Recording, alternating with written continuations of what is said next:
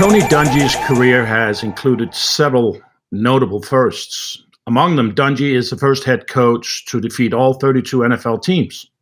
He's also the youngest assistant coach at age 25 and the youngest coordinator at age 28 in NFL history. Dungy was the first African-American head coach to win the Super Bowl. Dungy also became the sixth man to play in a Super Bowl and be the head coach of a Super Bowl team. After the win in Super Bowl XLI, Dungy became the third man to win Super Bowls, both as a player and a head coach, following Ditka and Flores. And as a man, what can I tell you? Tony Dungy is a giant. His faith, compassion, and wisdom has touched many, and today he continues to mentor, teach, and inspire wherever he goes. I cannot wait any longer to talk to my HOF brother, Tony Dungy. Welcome to Great Dane Nation, my friend. Thank you, and it's wonderful to be an honorary Great Dane for at least one day. So thank you for having me, Morten. Your journey is unique, and I've been reading your book Uncommon, Finding Your Path to Significance, and a couple of things strike me in the book that you co-wrote, or maybe you wrote it all, but I think maybe had a little help there. Number one, your faith and your faith journey. That is at the core of everything you do and everything you talk about and everything you teach to others. And then it is this embracing of the uniqueness of the human spirit that carries me through this book, the struggles, that we have had in this country, your very authentic view of America and its struggles, whether it's racism or in the workplace, off the field. And I just feel like you've been an authentic voice for all of us in helping us understand this in a logical way, without being radical, without being polarizing. Your actions speak louder than words. You walk the walk. You talk the talk. Tony, how am I doing so far? Well, you're certainly complimentary, and I appreciate it, Morten. I would have to give credit to my parents. I grew up in a little small industrial town in Michigan. My parents were teachers, but my mom actually taught the Sunday school class, and she instilled in us from a very early age, it's not what you do, it's how you do it, it's who you live for, and that the Lord put us here on earth to serve other people and to be ambassadors for Him.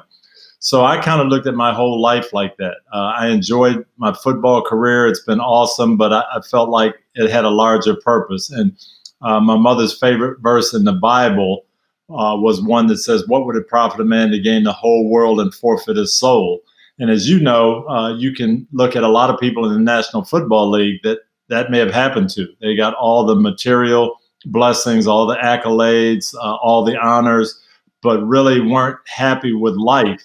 And for me, I can say that because of the way my parents raised me, living life was much more important and much more fun than just playing football. That's very inspirational to me, and I continue down that journey. And I'm inspired by super Christians like you. I know we're not supposed to say that, but I'm a baby Christian probably. So I'm just very thankful for people like you, strong people, mentors in my life. Well, Morten, if I could tell you what happened to me, I'm raised in this type of home, going to church with my parents, and being read the Bible, reading the Bible myself, understanding it.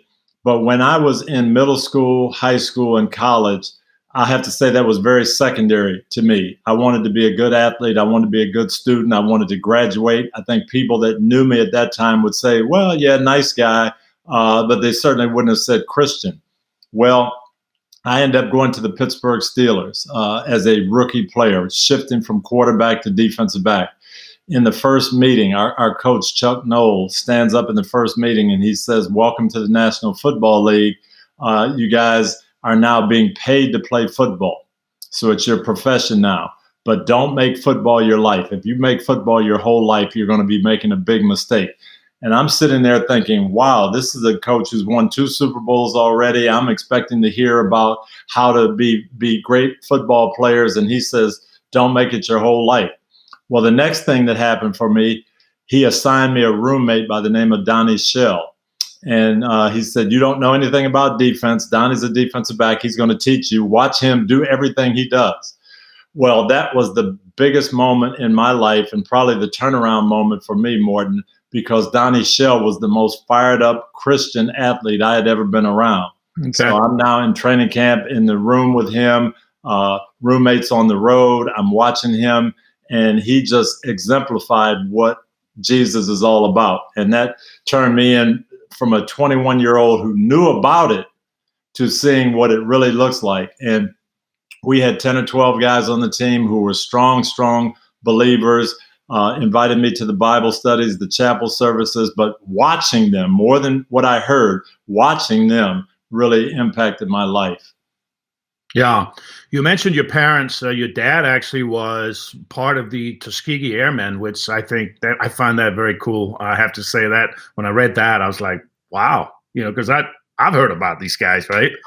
So besides Chuck Noll and Denny Green, which you write up in your book, who were like mentors to you and who influenced you greatly, I would imagine your father was that as well.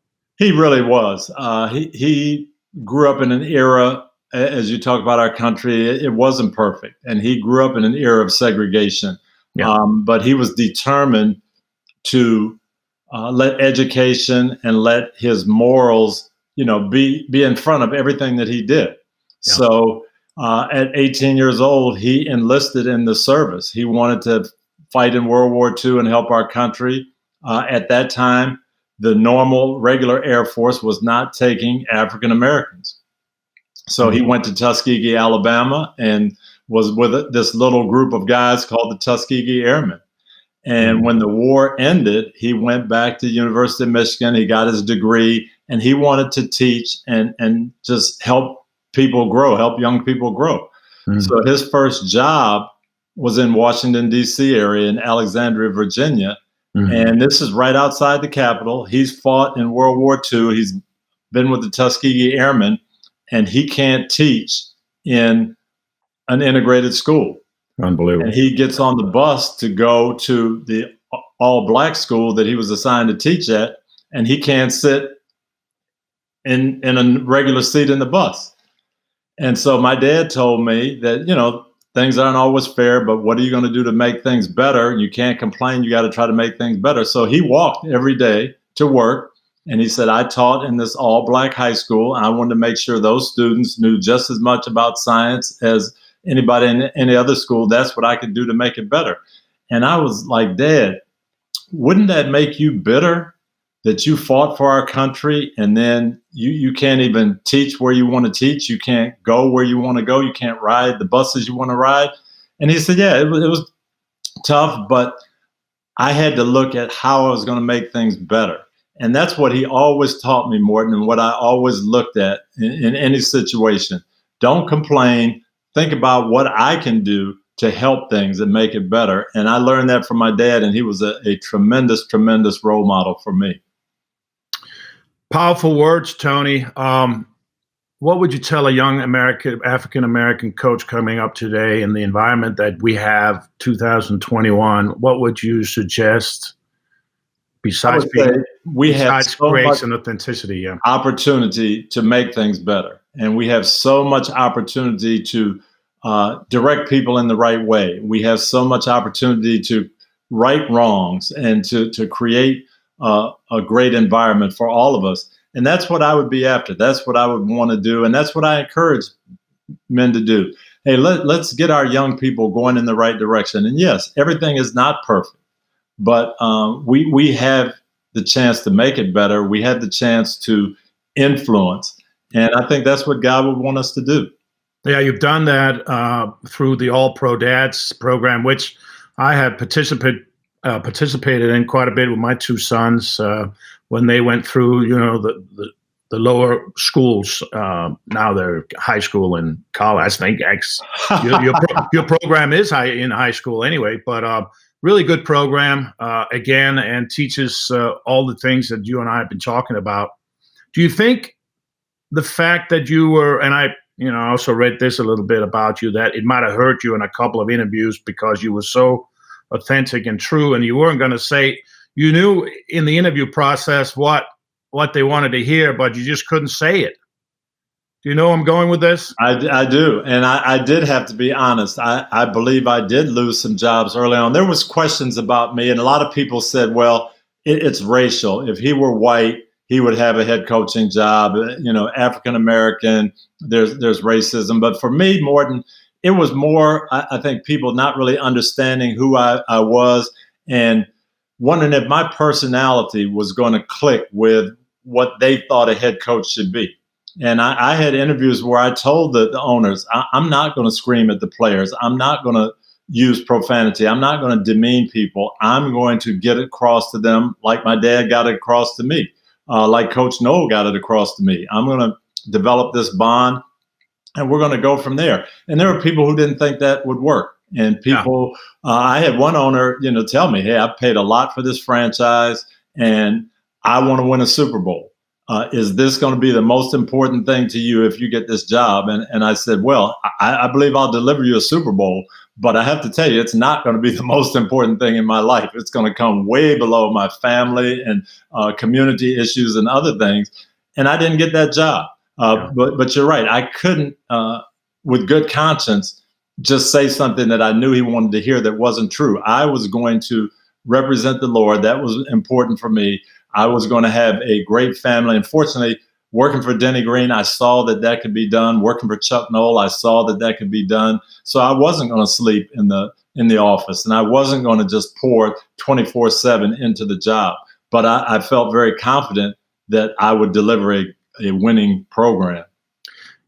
Bum Phillips drafted me in 1982 in the 4th round. He said something I'll never forget. He said, "Fool me once, shame on you. Fool me twice, shame on me." And I think that's kind of where you're going here with the coach-player relationship is you may get away with it once, but you're going to suffer if it happens again. It becomes a pattern. I'm going to give you grace. However, we're gonna have a talk if this becomes a habit. Am I accurate?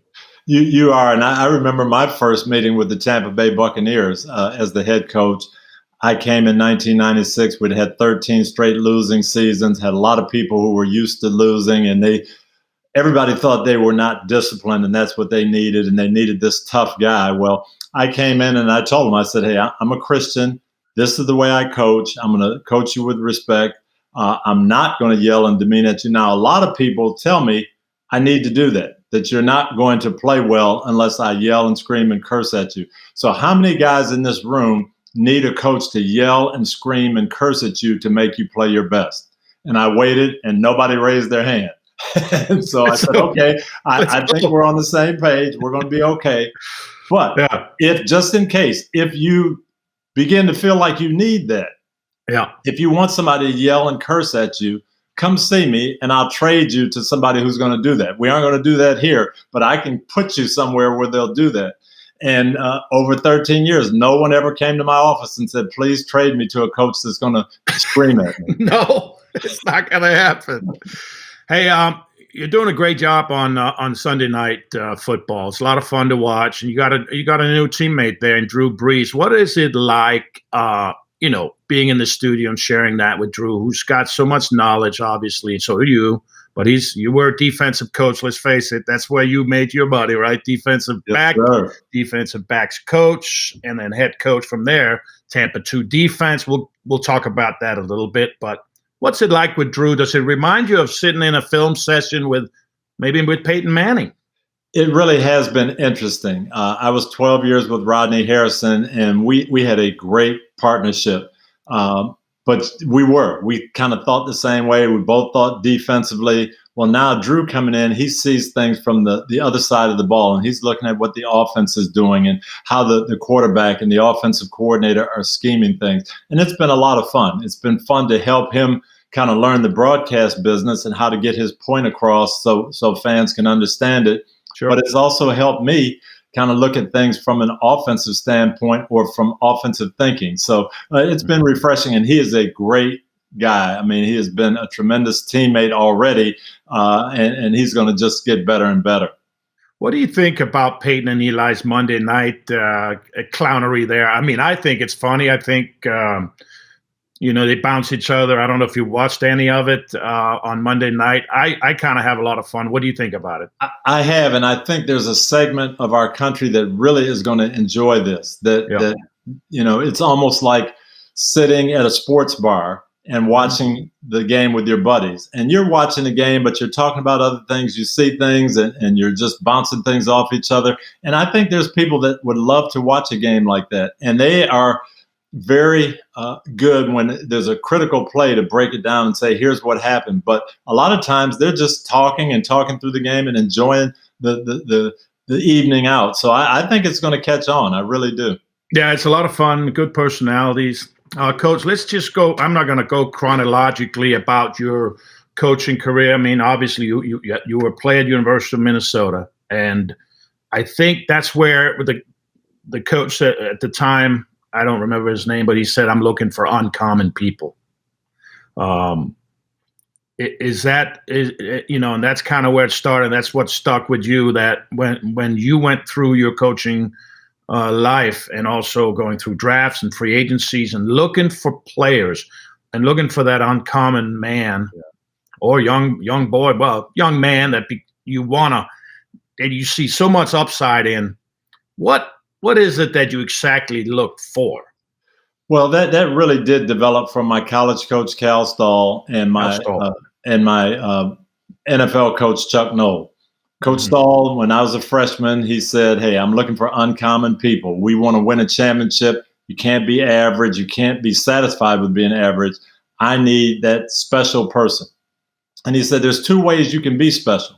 You can be uncommon. Either God gives you a talent that's so off the chart, nobody else has it. Yeah. Or you can have a drive and a desire to do the things that everybody else could do, but most people won't. Yeah. And as soon as he said that, I said, well, that's me right there. If it's just effort and energy, determination, study, working hard, I can do that. That's the way I'm going to be uncommon. And Coach Noll said it the same way. When I played for him and got on his coaching staff, he told me the very first scouting trip I ever took, he sent me out. He gave me my list of schools and my list of players. And he said, now, don't take a tape measure. Don't take a stopwatch. And don't listen to any other scouts out there on the road. Look at the players. Let your eyes tell you. And then also, are they going to be Pittsburgh Steelers? Are they going to be the type of guys that we want on our team? That's what I'm looking for. Guys that you see talent and you know in your heart they're going to be good teammates. And that was the formula I stuck with. Uncommon people with great work ethic, guys that were talented enough, yes, but guys who really wanted to be great and wanted to be together. So in my career, we drafted a lot of guys who I think the rest of the NFL would consider undersized or small or maybe not fast enough or didn't have all the physical skills. But we drafted a lot of great young men who were fantastic teammates and great leaders, and they turned out really well for us. I talk a lot about when personal excellence, personal improvement happens the most, it's when your back's against the wall. It's not when your hands are above your head, but it's in that, to use a military frame or term, the world of suck. And the world of suck that could be basic training for an enlisted man or woman, or it can be two-a-days, right? And back in the day, 6 weeks of two-a-days with full pads. You remember it. And I'm a kicker, coach, so it was the world of suck. Let's face it. My point is this: when you get to Tampa, they weren't very good. They had a history of losing. They really hadn't had a lot of success. And you take this philosophy now that Chuck Noll has installed in you and your college coach has installed in it, and you look for uncommon people. And you see John Lynch, you see Derek Brooks, you see Warren Sapp, and you know that you got something here. And then you install this Tampa 2 defense, which was really just a variant of what was happening in Pittsburgh, I believe. So take me through Tampa. Take me through that struggle of changing that culture. I'm really interested in more in your philosophy about changing a culture, because that's what you had to do. It was, and there were some talented guys there. I was at Minnesota, an assistant with the Vikings at the time. We played Tampa twice a year, and we'd have dogfights with them. And I knew their personnel. I knew they had good players there, but they had a defeatist attitude. And so coming there to Tampa, that was my whole. Hold on. What do you mean? What do you mean by defeatist attitude? That a lot of the players felt like we aren't going to win anyway, so I might as well make it the best I can. If I want to get a good contract, I need to catch so many passes, or I need to make so many tackles, because we aren't going to go to the playoffs. So why worry about team goals? I better just make sure my individual career goes well. And then you'd have other people who say, I can't wait to get out of here. I've got 3 years because they drafted me, but as soon as my contract is up, I'm going to go somewhere else. So we had to try to get this to be a place where people wanted to come, and we had to get people to look at it through team eyes. So again, in my first meeting, I talked to the guys about doing the little things right, about being uncommon, about off the field, what we're going to do, and making the community a better place to live, and pulling together. And I gave this 45-minute speech about how we're going to be. And I'll never forget, Derek Brooks came into my office afterwards, and he said, "Coach, I was a rookie last year. We lost more games in 1 year than I lost in my whole life. And you didn't say anything about winning. How are we going to win?" And I said, "Derek, it was all about winning. That is how we're going to win. We're going to win as a team. We're going to win with good people. We're going to win with togetherness. And you've got to be a leader in that regard." And I called John Lynch in, and Warren Sapp, and Hardy Nickerson, and Paul Gruber, some of the veterans we'd had there for a while. How can we pull this together? And we've got to get everybody on the same page. And we talked about changing the attitude.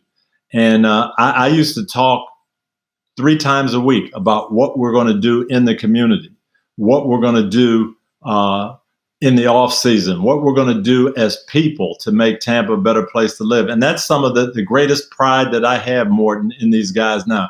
Derek Brooks, who went from that first meeting to say, okay, I grasp what you're saying. Well, 20 years later, he's got a charter high school here in Tampa. Yes, he does. And Warrick Dunn, you know the story. He's 175 single moms that he's helped with houses, and John Lynch scholarships for academically great students who might not be great athletes, and on and on and on and on. But those guys, they bought into it. Yes, we're going to win, but we're going to win off the field as well. And I'm really, really proud of them for that. Yeah, I have to. And now I have to address the elephant in the room. You win a lot of games in Tampa, and but you don't really have success in the playoffs, and you finally get fired. Actually, a guy who's winning more games than he's losing, and you get fired. What was it in Tampa Bay, do you think? And did you take anything from that experience of falling a little bit short in the playoffs? Did you take anything with you? Because you go to the Colts and you have success, and you had players there too. You had players both places, but and you took that culture with you, I assume, to the Colts. I know you did. But what was it in Tampa Bay that was lacking, or that maybe just didn't click? Well, the disappointing thing is I think we lost sight of our goals in Tampa. How do you mean? I got there, as I mentioned, 13 straight losing seasons. We were averaging maybe 30,000 fans a game at the games. Yes. Tampa football was kind of an afterthought. And I said, hey, we're going to get to the point where we're contenders every year. We're going to be relevant. We're going to be a team that no one wants to play. And we're going to win a Super Bowl eventually, but we want to be good every year. And we actually got to that point. In 6 years, we went to the playoffs 4 times. And we didn't win the Super Bowl. We got close. We lost playoff games. And so now everybody was a little, I don't want to say spoiled, but they forgot about the years we didn't win. Now it's, oh, gosh, we're in the playoffs every year, but that's not good enough. We need to win a Super Bowl. So they let me go, and it was hurtful because I felt like we delivered exactly what we said we were going to deliver, a winning team that was going to be good every year. So now I'm fired after our fourth playoff run, and I had to think, Morten, what is God trying to show me in this? Do I need to stay here in Tampa with maybe All-Pro Dads, some of the other charities I'm involved with? Is that what the Lord wants? Or is there someplace else to go that we can kind of continue this?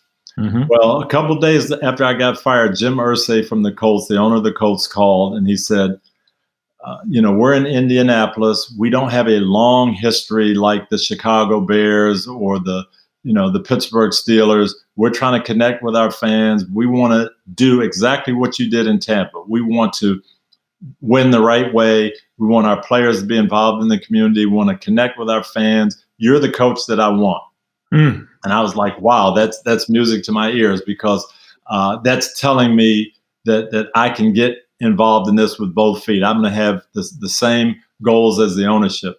And it was great. It was a perfect marriage. I was there 7 years. We had some tremendous players, and we did end up winning that Super Bowl. Yeah, you were fired on the 14th of January, and you were unemployed for 8 days. You were hired on the 22nd of January. Nice job. I remember I got fired in Kansas City on Friday, and I had a job on Monday going to Minneapolis. So you just never know what's in store for you, and you just got to trust that everything works out. Before I go to Indianapolis. That's where my Christian faith came in, Morten. I think if I wasn't a believer, I would have been so bitter and upset. How could they fire me after we're winning all these games, and this isn't right, and maybe I don't want to do this anymore. But I just really felt like, okay, this isn't where the Lord has me. There's something else there. I have to be patient and see what it is, and I had to wait for 8 days. Not too shabby, my friend. Hey, before we go to the Colts, I just want to get your opinion on the Bucs today. Can they repeat as Super Bowl champs? I mean, Brady has certainly changed the culture. He's elevated other guys to a level, I feel, that they may not have known about. Do you agree with that? I absolutely agree. I have watched this team, and I've seen them, and I watched them last year. And I normally don't pick the defending champions to repeat because it's so hard. But Tom Brady, he does. He has a way of pushing guys, of getting more out of them than they can even think that they have. And I don't think he's going to let them let down. And so I think they have a chance. They did one thing that no Super Bowl team has ever done. Guys took less money. All 22 starters came back where they could have made more money other places, but they said, hey, let's come back and win another one. And so I think they've got all the elements in place, definitely. So you were unemployed for 8 days, as we were kind of chuckling about here, and you go to the Colts on the 22nd. Jim Irsay, he appears to be a guy that is aligned with your philosophy. And how quickly did you know you had a special? I mean, first of all, you got Peyton Manning, who's in his prime. But how quickly did you realize, and maybe you've done your homework prior to that, you had peeked at it, said, hey, man, they got a good football team up there. How quickly did you realize that you guys were going to be successful here? Well, they had a really, really talented offense. And I had a chance to work with Bill Polian, who had put together winning teams in Buffalo and Carolina. So I knew we were going to get really talented players. But what I didn't understand was I'd never had that really great franchise quarterback. Yeah. And I didn't realize what a difference he could make. And through my first year, I saw that no matter what the game situation is, Peyton Manning can give us a chance to win. We can be 2 scores behind with 4 minutes to go, and we still have a chance because he just is going to be one of those guys who's not going to give up, and he's talented enough to help everybody raise their level of play. So we went through that first season, and we went to the playoffs. But I said, you know what? We have a chance to really, really be special. And it just happened that way. As we put more talent on the defensive side of the ball, we got to the point where we're winning 12, 13 games a year, and we were in it every single year. Yeah, you do win a Super Bowl against the Bears, and that had to feel pretty good. You got through the Patriots. I know that they were a little bit of a thorn in your side for a couple of years there. How many would you have won if you hadn't been in that division or playing the Patriots? It's crazy because they did. They beat us twice in the playoffs when we had really good teams. You might have won one more. Who knows? Yeah. But we had a great group of guys. And Bill Poland, I'll say this. We had not worked together before.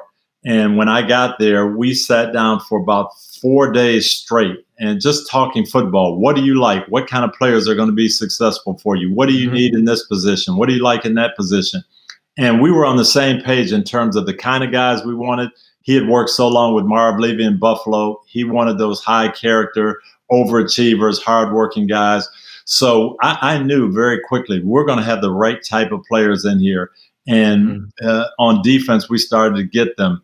Yeah, you needed Robert defense. Mathis, Dwight Freeney, guys who just played with high energy and high emotion, Bob Sanders. And once we got those guys in place, then it was just a matter of, hey, we've got to get lucky and have everybody healthy and hot in the playoffs. And we finally did that in 2006. Do you remember your first, I mean, other than relief and we're Super Bowl champs, do you remember what your thoughts were right after the final whistle? I'll tell you this, Morten, even leading up to that, there's about a minute and a half left in the game. We're ahead by 12 points. So I knew we were going to win, and the clock's winding down. And I remember standing on the sideline thinking, how in the world did I get here? Jackson, Michigan, 30,000 people, nobody from my hometown in the NFL, no African-American coaches, in the Super Bowl game before. How in the world did I get here? And I started thinking back to all the people, my high school coach, my college coach, my parents, players that had impacted my life. And, I probably thought of 100 people on the sideline, and I wanted to thank all of them at that time. Yeah. That's overwhelming in a way. And it bears mention that you coached against the Bears in that Super Bowl. Lovett Smith was on the other side. And so that was historic. It really was. And that was another one of my thoughts, too, going back to what I talked about my dad, always saying, what can you do to make the situation better? Well, for a long time, we'd had this lack of African-American head coaches in the NFL. When I finally got the job and got there, that was one of my thoughts. What can I do to make the situation better? And I knew one of the things I could do is try to give young, sharp, intelligent African-American coaches a start in the NFL. And so Herm Edwards was on my first staff, Lovie Smith, Jim Caldwell, Mike Tomlin came later on, Leslie Frazier, but hiring guys who you knew had ability, giving them an opportunity. So Lovie was on my first staff, came to us from Ohio State, and then, it's 10 years later, and we're coaching in the Super Bowl against each other. It was really, really gratifying. It was great to see, and it was unique. And I was celebrating with you. Believe me, I really was. I thought it was a watershed moment, and it had taken way too long. Way too long. What do you think about the Colts here? This midseason hard knocks thing that they're going to endure. Would you have done that? I'm a little surprised. I'm one that wouldn't like to have the spotlight on us. I'd like to do things kind of under the radar. Yeah. I was very fortunate. I was never asked to do hard knocks because I don't think they wanted drama and things that would sell, and we wanted to keep the drama down. So it probably wouldn't have been a good mix. But I never liked bringing the spotlight on us during the season. I'd be a little hesitant if that were me.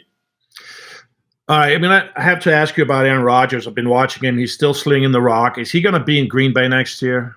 I think he will. I never see these quarterbacks changing teams after they've been there so long. I thought Peyton Manning would be in Indianapolis forever, and that didn't turn out that way. I thought for sure Tom Brady would be in New England forever. And again, it didn't turn out that way. So history tells us that there's probably going to be a split. But to me, I think Green Bay was so close last year. Aaron has been there. He's been a fixture. I would try to mend those fences and see what they can do to keep that going and see if they can win another couple of Super Bowls with him in Green Bay. Easier said than done. I mean, there's a lot of stuff there, and without going into the gory details, there's a lot of he said, she said, and a new GM, and did I not, was I not informed? And you took a quarterback, and there's just a lot there, Tony. That you're a smarter man than me when it comes to certainly to try to fix conflict resolution, if you will. Maybe it's just check your ego at the door and realize everybody's getting a nice paycheck, and let's all go win.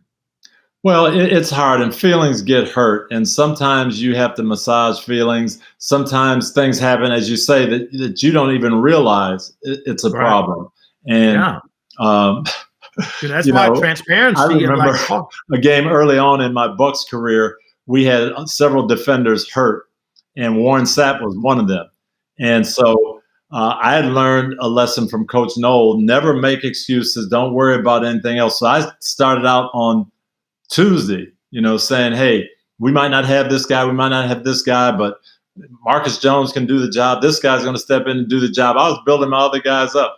And we ended up winning that game. And Warren came to me afterwards and said, you didn't even care about me. You didn't give me a chance to see if I could play or not. You don't need me. And I was like, yeah, we need you.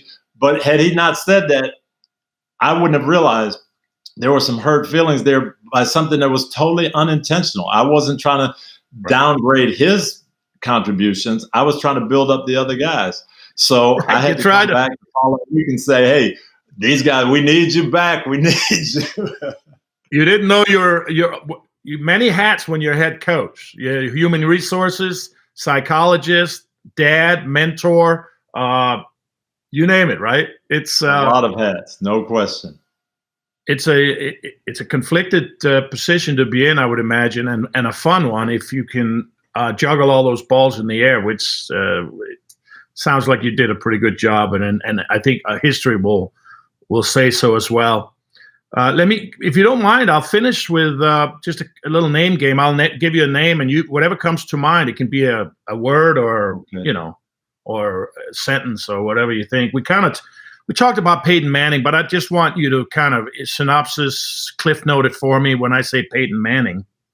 I would say preparation, Morten, to a T. He wanted to be prepared. He didn't want to be surprised by anything. Yeah.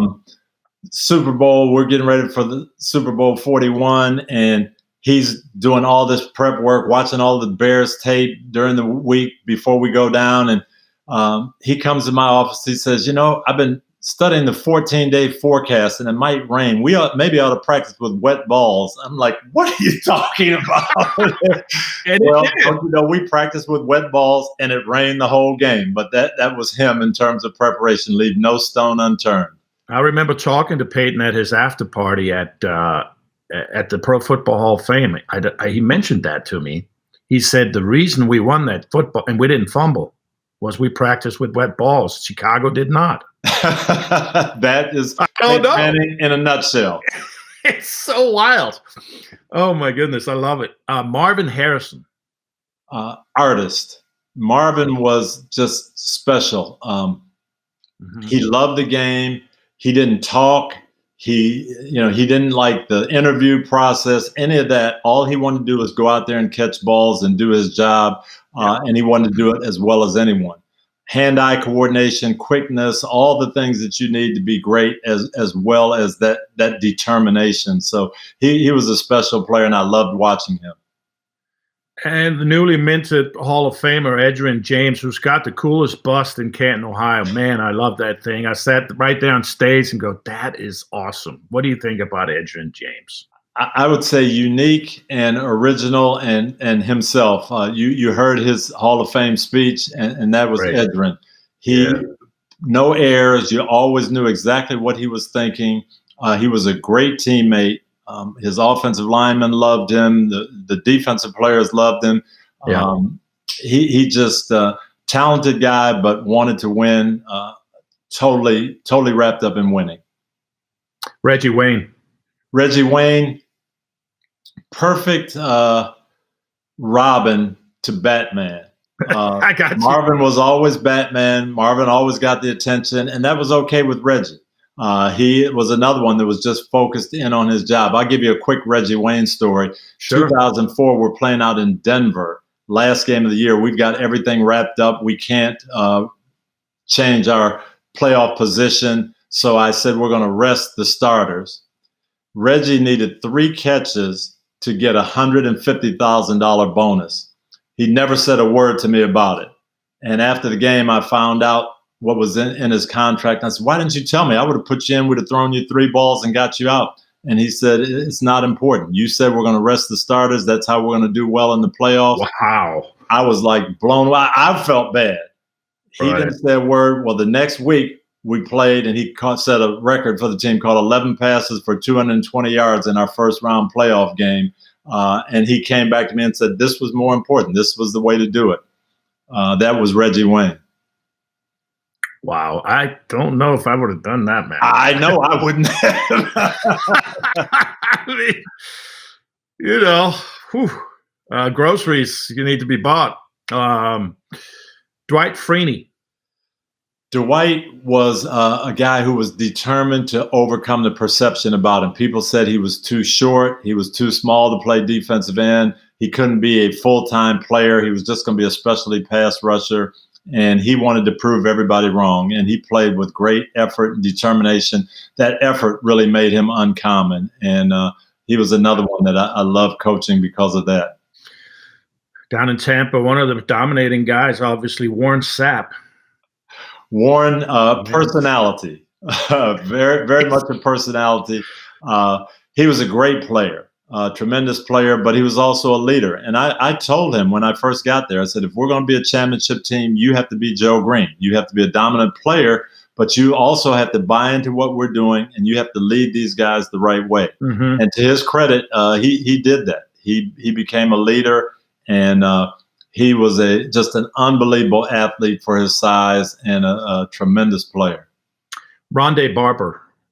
Rondé Barber, to me, is the epitome of consistency. Just down in, down out, year in and year out. Toughness, didn't miss games, was always there, cover the best receiver, blitz, make tackles, do anything you ask him to do to win. And to me, he should be a Hall of Famer. I agree with that. And a guy that just became a Hall of Famer, John Lynch. John was a winner, a tough guy.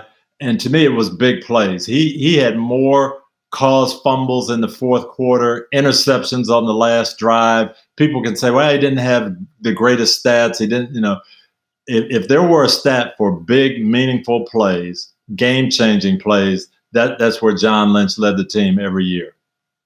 He was a hard hitter, man. Violent. He knocked his brother-in-law out. We were playing the Bears. His brother-in-law was a tight end for the Bears. He knocked him out, catching a pass, didn't even look back, just turned and walked back to the huddle. And after the game, I said, John, you knocked Linda's husband, Linda's brother, out of the game, and you didn't even look back to see if he was okay. That was him. Lynch didn't flinch. He did not flinch. Mike Alstott. Mike was attitude, all attitude. He gave us an identity of a tough group. Okay. And he was a guy that made those 2-yard runs that you needed on 4th and 2. The goal line plays, the big energizing plays. And he was a great community person. I think he helped shape us as a team. No doubt about it. Warrick Dunn. Warrick Dunn special.